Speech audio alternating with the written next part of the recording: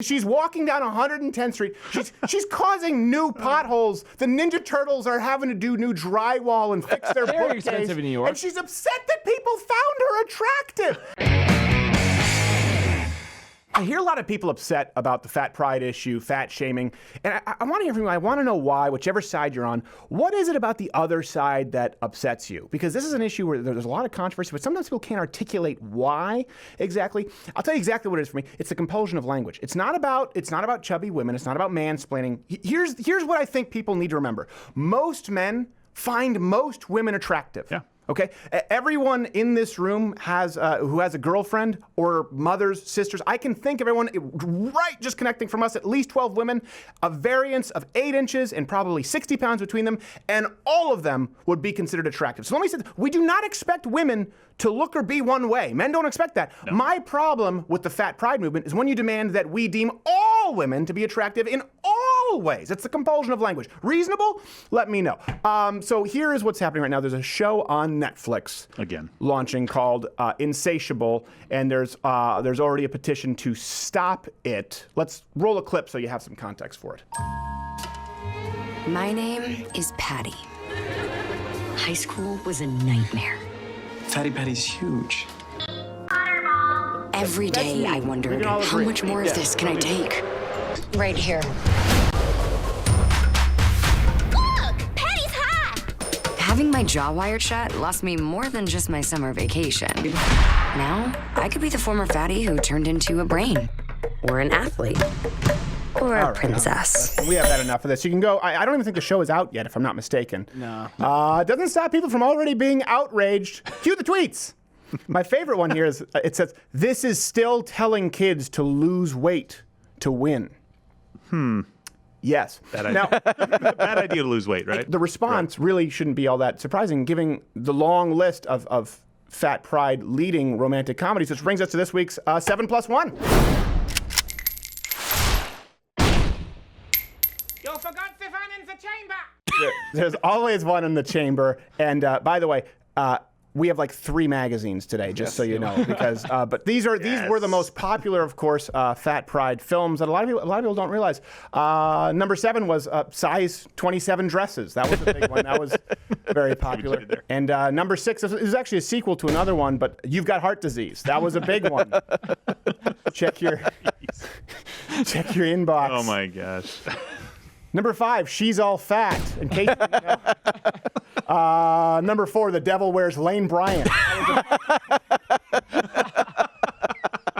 Number 3, 10 Things I Ate Without You. Aw, that's just me. Yeah. Number 2, Isn't She Chubby? A lot of people weren't entirely sure this came from. Yeah. Was that Edward Burns? Isn't She Lovely? I don't know. I don't know. Maybe it was Freddie Prinze Jr.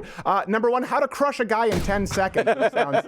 Okay, reload. Back to number 7. We have so many of these. 13, Going on Diabetes was a really popular one for a while. Number 6, number 2, number 6, Father of the Fat Bride. They were pretty much.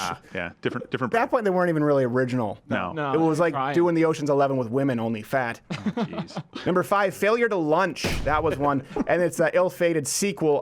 Number 4, I Took Care of It. So.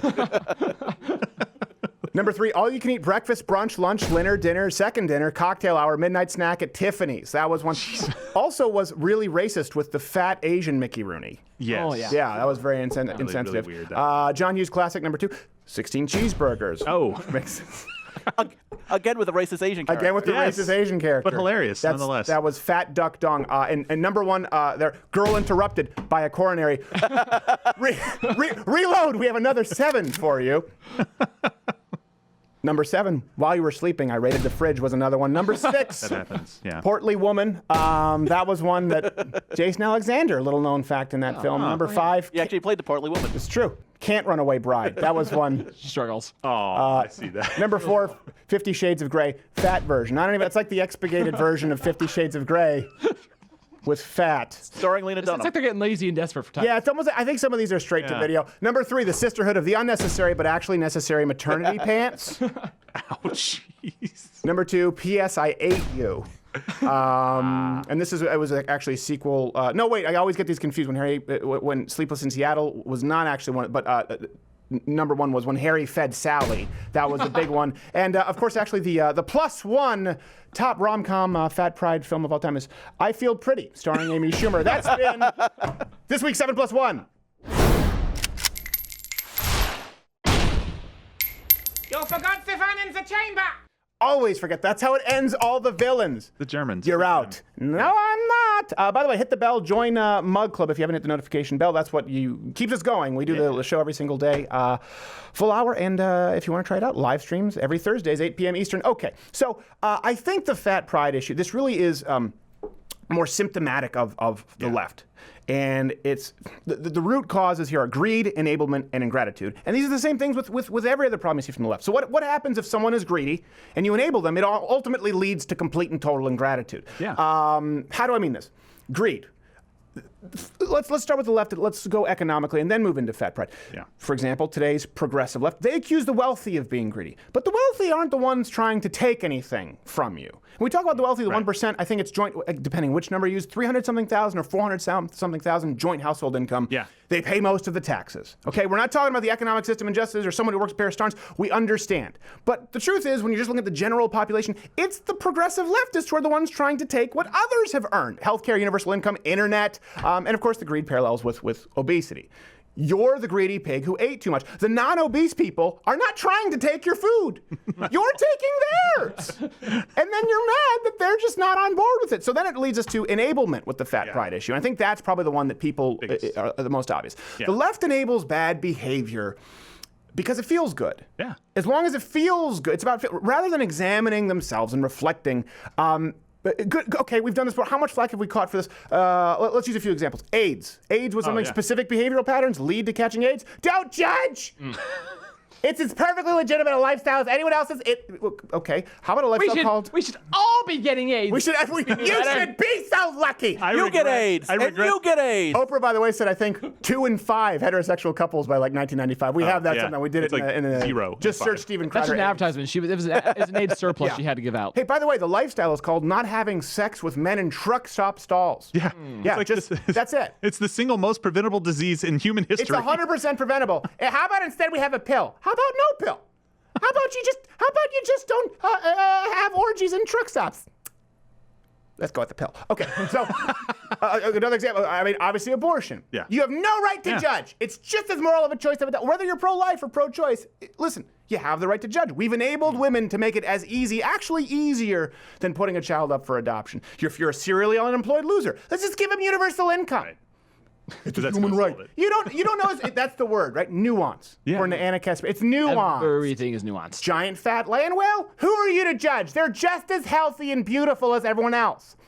By the way, they want to change it from diabetes to livabetes. Is actually even really pushing it hard. That does sound better. Yeah. That does sound better. Di is more you still lose a descriptive, though. Yeah. And this leads us to ingratitude. And rather than just becoming a manatee, or being grateful that you live in a country with even the option to become obese. That's one thing, too. The left is constantly, America is the fattest, stupidest. Well, I think it's a great thing that we have the problem of overabundance, right? Yeah. I'm still grossed out, but I think it's a good problem to have. Better than starvation.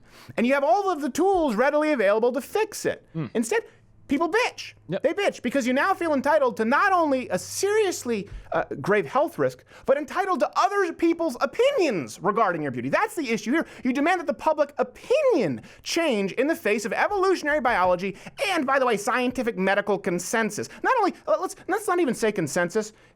Medical accuracy, truth. It doesn't matter who agrees on it. I'm never the problem. Exactly You're never the problem. It's society that has to be changed to accommodate them. Right. Instead of dropping a few pounds, we have to make all movie theater and airplane seats bigger. These same people are always bitching about privilege. How privileged are they? I'm too fat is the problem. You're privileged, and you're exercising it more. I'm exercising restraint. And then we need to get bigger seats because I actually like the roomy seats. We kind of all benefit. The issue is we go even as far as to shame those people who take care of their bodies. Yeah. Right? Now people they're thin is they try to say thin privilege. So we can't shame people for eating themselves into obesity. And I'm not saying you should shame people, but you can't even make a judgment saying this is a bad call. Yeah. But we can shame people who exercise enough that they can have a slice of pizza on the weekend, for example. And remember the idea of tolerance? Yeah. Remember that? Remember that idea? So the definition, I think I have it in front of me, is sympathy or indulgence for beliefs or practices differing from a conflicting opinion with one's own. The act of I don't even think that's going to be in the nomenclature for our kids. No. The definition of tolerance.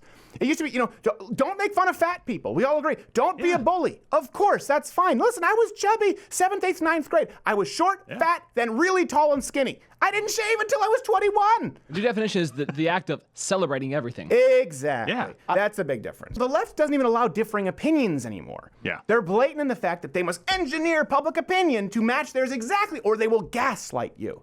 Right? Let's go from gay marriage to men in little girls' rooms. Yeah. Taxing the wealthy to being forced to praise. Now it's not, you don't believe me? It's forced praise of morbidly obese people. Instead of weigh-ins, NAFA has yay-ins. I yay ravishing. Kidding me? I am halfway between sexy and lovely. No, you're not. Oh, I yay sexy. That was very You're halfway between diabetes, type 2, and death. I love Brodick is just a simple answer. No, you're not. This was when we covered last week. This land whale who marched down Times Square in a bikini, right? This comes from Cosmo. And she complained that people were actually catcalling her. Yeah. Like they wanted to get all up in her crevices and stuff, or whatever it was. I mean, here's a woman who Take a crevice. She's walking down 110th Street.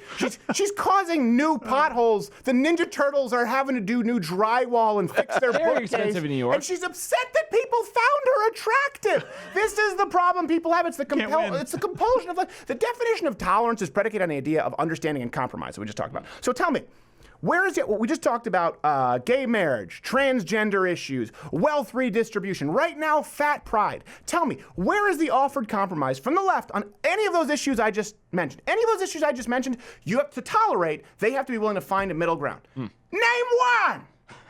You can't force people to accept someone. You can't force an apology. You can't force people to love someone. And you can't force people to be sexually attracted to everyone. By the way, this is the thing. Most guys are sexually attracted to most women. You don't have to be perfect. We just don't want to have to be told that we're a racist, sexist, misogynistic pig if we are not attracted to all of the things. And that's, by the way, it's also medical accuracy. That's why Amazon Prime recently really, they struggled with their recent docuseries celebrating obese 75-year-olds.